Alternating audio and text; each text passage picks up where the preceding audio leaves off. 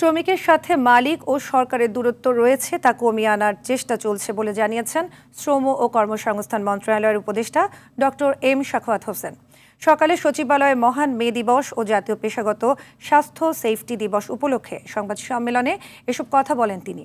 এ সময় তিনি বলেন, আইএলও এর দেয়া সংশোধনী অনুযায়ী শ্রম আইন সংশোধন সহ শ্রমিকদের উন্নতি হয় সেটি লক্ষ্য রেখে নানা উদ্যোগ নিচ্ছে সরকার।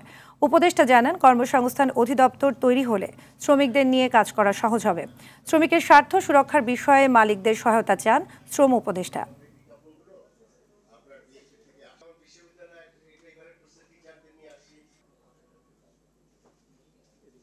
শ্রমিকদের সাথে যে সম্পৃক্ততা সরকারের, শ্রমিকদের সাথে মালিকদের যে সম্পৃক্ততা, সেখানে বেশ গ্যাপ ছিল, এখনো আছে, বলবো না যে দূর হয়ে গেছে।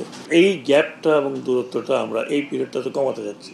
আমি এর মধ্যে অনেকগুলো স্টেপ নিয়েছি।